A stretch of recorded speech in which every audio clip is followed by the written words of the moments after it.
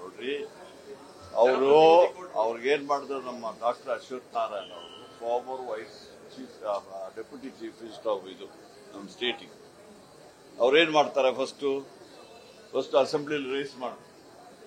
Assembly race ಮಾಡಿದ್ಮೇಲೆ ಏನಾಯ್ತು, ಅವರೇ ಗಲಾಟೆ ಮಾಡಿ ಸ್ಪೀಕರ್ಗೆ ಮಾಡಿ ನನಗೆ ಆನ್ಸರ್ ಮಾಡಲಿಕ್ಕೆ ಅವಕಾಶ ಸ್ಪೀಕರ್ ಕೊಡಲಿಲ್ಲ. ಅದಾದ್ಮೇಲೆ ಏನಾಗಿದೆ, ಅವರು ಹೋಗಿ ಕೇಸು ಫೈಲ್ ಮಾಡಿದ್ರು. ಒಂದು ಯಾರೋ ಪ್ರೈವೇಟ್ ಅವರು, ಇನ್ನೊಂದು PA ಹಾಕಿದ್ದಾರೆ. ಎಲ್ಲ ಕೇಸಲ್ಲಿ ಸೇಮ್ ಇದೆ, ಫ್ರೀ ಇದೆ, ಪ್ಲಸ್ ಲಾಯರು ಸೇಮ್ ಇದ್ದಾರೆ. ಅದಾದ್ಮೇಲೆ ಏನಾಗಿದೆ, ಲೋಕಾಯುಕ್ತಕ್ಕೆ ಹೋಗಿದ್ದಾರೆ. ಲೋಕಾಯುಕ್ತಕ್ಕೆ ಹೋಗಿ ಅಲ್ಲಿ ನಾನು ಹೇಳಲಿಕ್ಕೆ ಆಗ್ತದ, ಅವ್ರು ಹೋಗಿ ಕೇಳಿ ಏಕೆ ಆಗಿದೆ. ಅದಾದ್ಮೇಲೆ ಗವರ್ನರ್ ಹತ್ರ ಹೋಗ್ತಾರೆ, ಸೇಮ್ ಲಾಯರು ಕರ್ಕೊಂಡು ಹೋಗ್ತಾರೆ. ಆಗ ಈಗ ಅದು ಯಾವ ಕೋರ್ಟ್ಗೆ ಹೋಗ್ತಾರೆ. ಇವ್ರಿಗೆ ಯಾವ ಕೋರ್ಟ್ ಮೇಲೆ ನಂಬಿಕೆ ಇದೆ, ಯಾ ಗವರ್ನರ್ ಇದ್ರಲ್ಲಿ ನಂಬಿಕೆ ಇದೆಯಾ, ಇದರ ಮೇಲೆ ನಂಬಿಕೆ ಯಾವ್ದು, ಅವ್ರನ್ನ ಕೇಳಿ. ನನ್ನ ಕೇಳ್ತಾರ ಇವರು ಬೆಳಗ್ಗೆ ಸಾಯಂಕಾಲ ಅದು 10 ಜಾಗಕ್ಕೆ ಹೋಗ್ತಾರಲ್ಲ, ಸೇಮ್ ಕೇಸ್ ತಗೊಂಡು ಯಾವ್ದಾದ್ರು ಒಂದು ಕೋರ್ಟ್ ಮೇಲೆ ನಂಬಿಕೆ ಇಟ್ಬಿಟ್ಟು ಅದು ಜಡ್ಜ್ಮೆಂಟ್ ಬರೋ ತನಕ ವೇಟ್ ಮಾಡಬೇಕು. ನಾನೇನು ಅವ್ರು ತಡೀಲಿಕ್ಕೆ ಆಗೋದಿಲ್ಲ, ಅವರು ಕಾನೂನು ಇದೆ, ಅದ್ರ ಪಕ್ಕ ಅವ್ರು ಮಾಡಲಿ. ಬಟ್ ನನ್ನ ಕೇಳಬೇಕು, ಏನಾಯ್ತು ಅಂತ ಅವ್ರನ್ನ ಕೇಳಬೇಕು. ನೀವ್ಯಾಕೆ ಅವ್ರನ್ನ ಕೇಳೋದಿಲ್ಲ? ನೋಡಿ, ನನಗೆ ಮಾನ ನಷ್ಟ ಆದ್ರೆ ಮೊಕದ್ದಮೆ ಮಾಡಬೇಕಂದ್ಬಿಟ್ಟು ನಾನು ತೀರ್ಮಾನ ಮಾಡ್ತೀನಿ. ನಾನು ಇದು ಫಸ್ಟ್ ಟೈಮ್ ಅಲ್ಲ, ಇವರು ಕೆಲವರು ಮೊದಲಿಂದ ಮಾಡ್ತಾ ಇದ್ದಾರೆ. DK ರವಿ ಕೇಸಲ್ಲಿ ಮಾಡಿದ್ರು, ಗಣಪತಿ ಕೇಸಲ್ಲಿ ಮಾಡಿದ್ರು, ಬೇರೆ ಬೇರೆ ಕೇಸ್ಗಳಲ್ಲಿ ಸಾಕಷ್ಟು ಮಾಡ್ತಾ ಇದ್ದಾರೆ, ಈಗಲೂ ಮಾಡ್ತಾ ಇದ್ದಾರೆ. ನಾನೇನು ಹೆದರುವುದಿಲ್ಲ.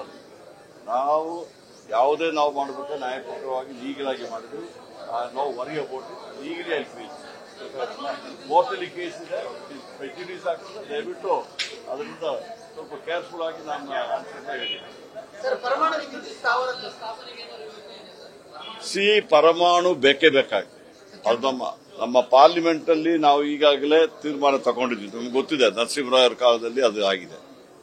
ಈಗ ಸೆಂಟ್ರಲ್ ಗವರ್ಮೆಂಟ್ ಅವರು ಅಟಾಮಿಕ್ ಇವರು ಏನ್ ಮಾಡ್ತಾರೆ, ಅವರು ಈಗಾಗಲೇ ನಮ್ಮಲ್ಲಿ ಬಂದು ಸ್ಟಡಿ ಮಾಡಿದ್ದಾರೆ, ಯಾವ ಜಾಗದಲ್ಲಿ ಮಾಡೋದು. ಇದು ಪರಮಾಣು ಅಂದ್ರೆ ಕೈಗಾ ಟೈಪ್ ಅಲ್ಲ, ಇದು ಸಣ್ಣ ಇದು ಅಟಾಮಿಕ್ ರಿಯಾಕ್ಟರ್ ಮಾಡೋದು, ದೊಡ್ಡ ಇದಲ್ಲ, ಅಲ್ಲ ಸಣ್ಣದು ಇದೊಂದು.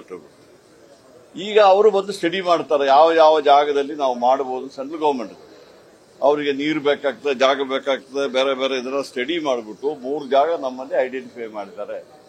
ಅದಕ್ಕೆ ಫರ್ದರ್ ಇನ್ವೆಸ್ಟಿಗೇಷನ್ ಮಾಡ್ಲಿಕ್ಕೆ ಪರ್ಮಿಷನ್ ಕೇಳ್ತಿದ್ದಾರೆ ಕ್ಯಾಬಿನೆಟ್. ಅವತ್ತು ಕ್ಯಾಬಿನೆಟ್ಗೆ ಬಂದು ನಾನಿರಲಿಲ್ಲ, ಇವತ್ತು ಕ್ಯಾಬಿನೆಟ್ ಬರ್ತಾ ಇದೆ. Cabinet will take A decision. ಒಂದು ರಾಯಚೂರು, ಕೊಪ್ಪಲು, ಇನ್ನೊಂದು ಬಿಜಾಪುರ ಇರ್ಬೋದು ಅಂತ ನನಗೆ ಕರೆಕ್ಟ್ ಆಗಿ ನೋಡ್ಬಿಟ್ಟು.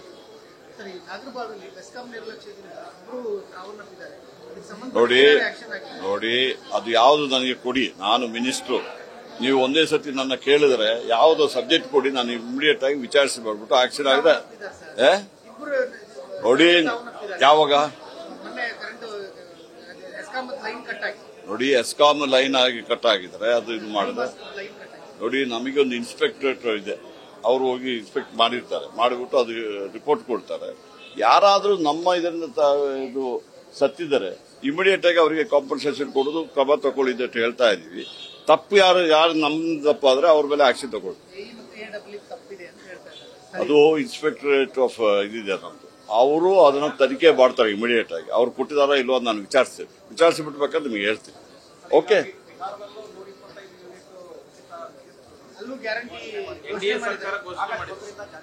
ನೋಡಿ, ಒಂದು ಬಿಜೆಪಿಯವರು ನೀವು ಅದಕ್ಕೆ ಹೇಳುದಿಲ್ಲ. ನಮ್ದು ಬಂದಾಗ ಗ್ಯಾರಂಟಿ ಪ್ರೋಗ್ರಾಮ್ ಮಾಡಿದಾಗ ಯಾರು ಟೀಕೆ ಮಾಡಿದ್ರು, ಇನ್ಕ್ಲೂಡಿಂಗ್ ಪ್ರೈಮ್ ಮಿನಿಸ್ಟರ್ ಹೇಳುದು ಆಗೋದಿಲ್ಲ ಅಂದ್ರು. ಈಗ ಮಹಾರಾಷ್ಟ್ರದಲ್ಲಿ ಮಾಡ್ತಾರೆ, ಎಲ್ಲೆಲ್ಲಿ ಎಲೆಕ್ಷನ್ ಬರ್ತದೆ, ಎಲೆಕ್ಷನ್ ಬರುವಲ್ಲಿ ಮಾಡ್ತಾರೆ ಅವರು, ಅದನ್ನ ಆತರ ಮಾಡ್ತಾ ಇದ್ದಾರೆ. ಅದು ನೀವು ಅವ್ರನ್ನೇ ಕೇಳಿ, ನೀವ್ಯಾಕೆ ಟೀಕೆ ಮಾಡಿದ್ ಮೊದಲು ನೀವು ಮಾಡ್ತಾ ಇದ್ದಾರೆ. ಜನಪರವಾಗಿರೋ ಕಾರ್ಯಕ್ರಮಕ್ಕೆ ನಾವು ಬೆಂಬಲ ಕೊಡ್ತೀವಿ. ಬಿಹಾರದಲ್ಲಿ ಇರಲಿ, ಮಹಾರಾಷ್ಟ್ರದಲ್ಲಿ ಇರಲಿ, ಅವರೇನು ಟೀಕೆ ಫ್ರೀ ಕೊಟ್ಟಿದ್ದಕ್ಕೆ ನಾವೇನೋ ಅದನ್ನ ಟೀಕೆ ಮಾಡಿದ. ಬಟ್ ನಾವು ಕೊಟ್ಟಾಗ ಯಾಕೆ ಟೀಕೆ ಮಾಡಿದಾರ? ಈಗ ನಾವು ಯಶಸ್ವಿಯಾಗಿ ಮಾಡಿದಾರ, ಅವರಿಗಿಂತ ಹೆಚ್ಚು ಕೆಲವು ಮಾಧ್ಯಮದವರು ನಮಗೆ ಟೀಕೆ ಮಾಡಿ ಏನಂತ ಬಿಟ್ರೆ ಇದಾಗ್ತದೆ, ಈಗಲೂ ಟೀಕೆ ಮಾಡ್ತಾ ಇದ್ದಾರೆ.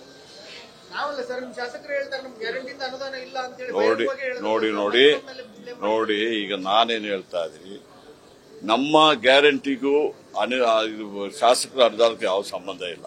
ಅದು ಬೇರೆ ಫಂಡ್ ಇದೆ, ಅದನ್ನ ಕೊಡ್ತಾ ಇದ್ದಾರೆ ಸಿಎಂ. ನಮ್ ಗ್ಯಾರಂಟಿ ಅಂತ ಇಟ್ಬಿಟ್ರೆ ಯಾರು ಮಧ್ಯಮ ವರ್ಗದವರಿದಾರಲ್ಲ, ಸ್ವಲ್ಪ ಬಡವರಿದ್ದಾರೆ, ಅವರಿಗೆ ಸಹಾಯ ಮಾಡ್ಲಿಕ್ಕೆ ಕೊಟ್ಟಿದ್ದೀವಿ. ಅದರಿಂದ ಸಹಾಯ ಆಗಿದೆ ಅಂತ ಗೊತ್ತಾ ನಿಮಗೆ?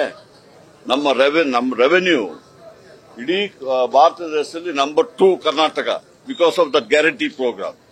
ಈಗ 55,000 ಕೋಟಿ ರೂಪಾಯಿ ನಾವು ಕೊಡ್ತಾ ಇದೀವಲ್ಲ, ಅದು ಯಾರಿಗೆ ಹೋಗ್ತದೆ? ಅದು ಒಂದು ಮನೆಗೆ ಸುಮಾರು 5,000 ರೂಪಾಯಿ ಬರ್ತದೆ. 5,000 ರೂಪಾಯಿ ಮನೇಲಿ ಇಟ್ಕೊಳ್ತಾರೆ ಅವ್ರು ಏನ್ ಮಾಡ್ತಾರೆ? ಆ ದುಡ್ಡನ್ನು ತಗೊಂಡೋಗಿ ಮಾರ್ಕೆಟಿಗೆ ಹೋಗ್ತಾರೆ, ತಮ್ಮ ಮನೆಗೆ ಬೇಕಾದ ಆಹಾರ ಸಾಮಾನು ತಗೊಳ್ತಾರೆ, ಮಕ್ಕಳಿಗೆ ಬೇಕಾದ ಪರ್ಚೇಸ್ ಮಾಡ್ತಾರೆ.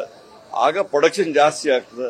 ಪ್ರೊಡಕ್ಷನ್ ಜಾಸ್ತಿ ಆದ ಎಂಪ್ಲಾಯ್ಮೆಂಟ್ ಜಾಸ್ತಿ ಆಗ್ತದೆ, ಸರ್ಕಾರಕ್ಕೆ ಟ್ಯಾಕ್ಸ್ ಸಮೇತ ಬರ್ತದೆ. ಅದರಿಂದ ಇವತ್ತು ನಾವು ನಂಬರ್ 2 ಇನ್ ಇಂಡಿಯಾ ಆಗಬೇಕಾದ್ರೆ ನನ್ನ ಪ್ರಕಾರ ಆ ಗ್ಯಾರಂಟಿ ಪ್ರೋಗ್ರಾಮೇ ಕಾರಣ. ಇವತ್ತು ನಾವು ನಮ್ಮ ಜನಕ್ಕೆ ಆ ಪರ್ಚೇಸಿಂಗ್ ಪವರ್ ಕೊಟ್ಟಿದ್ದೀವಿ.